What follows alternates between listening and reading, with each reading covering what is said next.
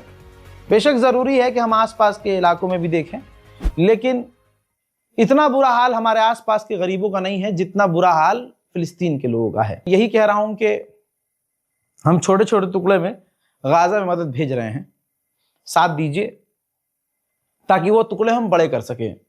इस बारकोड का इस्तेमाल कर लीजिएगा, अदरवाइज नीचे जो है अकाउंट नंबर IFSC कोड भी है, हम मदद भेजेंगे। हालांकि मुझे पसंद नहीं है ये सब उनसे वीडियो मंगवाना, लेकिन ठीक है, वो अपने आप बहन भेज देती है कि भाई हम ये चीज़ लेके आए हैं और इतने लोगों को बांट दिया है। तो ये तस्वीरें जब आएंगी इंशाल्लाह तो मैं आपको उनके भाई चेहरे ब्लर करने पड़े मैं आपको दिखाऊंगा। मोहतरम हजरात, नेतन्याहू ने इंडिया के लिए एक डील साइन की है अपने यहाँ। भारत में जो लगभग 4000 यहूदी जो रह रहे हैं, रह तो ज्यादा ही रहे होंगे, लेकिन 4000 यहूदियों को भारत से जो नॉर्थ ईस्ट में रह रहे हैं उनको, वहां भारत के नॉर्थ ईस्ट में जो यहूदी रह रहे हैं उन 4000 यहूदियों को निकालेगा इजराइल और अपने यहां ले जाकर बसाएगा। जब बात हक बोलने की आती है तो फिर तमाम ह्यूमन राइट गधे के पिछवाड़े में चले जाते हैं। जर्मनी की पुलिस 16 साल की एक लड़की को गिरफ्तार करके लेके जा रहे हैं जो फिलिस्तीन के लिए प्रदर्शन कर रही थी और वो शांतिपूर्वक तरीके से प्रदर्शन कर रही थी, जिसे वो गिरफ्तार करके ले गए। हजरात, यूरोप और अमेरिका का एक एग्रीमेंट है, उसके तहत दुबई से लेकर इजराइल तक ट्रेन की पटरियां बिछेंगी और उससे ट्रेड होगा। मैप मैं आपको दिखा रहा हूं, जरा ध्यान से देखिए। जो लाल लाइन है, लाल लाइन, ये देखिए, आप देखिए दुबई से वो शुरू हो रही है लाल लाइन और वो अबू धाबी के अल बाथा तक जा रही है। फिर वहां से समुद्री थोड़ा सा रास्ता है, वहां से दम्माम से शुरू हो रही है ट्रेन की पटरी दोबारा से आगे से, और वो रियाद होते हुए, रियाद के करीब से होते हुए अल हदीथा तक जाएगी, जॉर्डन तक। फिर वो आगे जब ये पटरी बढ़ रही है तो आगे जाकर ये इजराइल के अंदर भी जा रही है, यानी दुबई से इजराइल ट्रेन की पटरी बिछेगी। मरहूम पोप फ्रांसिस जो अब इस दुनिया में नहीं है ऑब्वियसली, उनकी आखिरी ख्वाहिश थी कि जो उनकी कार है वो गाजा भेज दी जाए और गाजा के बच्चों के इलाज के लिए इस्तेमाल की जाए। तो देखिए दोस्तों, ये है तस्वीर। पोप फ्रांसिस की आखिरी ख्वाहिश पूरी हो गई है, उनकी गाड़ी को थोड़ा सा कन्वर्ट कर दिया गया है एक एम्बुलेंस की तरह, ताकि बच्चों का इसके जरिए इलाज किया जा सके। मिडिल ईस्ट स्पेशल रिपोर्ट में इतना ही। दुआओं में याद रखिएगा, हालात पूरे दुनिया के मुसलमानों के खराब हैं। अपने लिए ही नहीं बल्कि सभी के लिए दुआ कीजिए, क्या पता किसी और के भरोसे आपकी भी दुआ कबूल हो जाए। मोहतरम हजरात, इस रिपोर्ट को शेयर कीजिए, अपनी दुआओं में हमें याद रखिए। जय हिंद।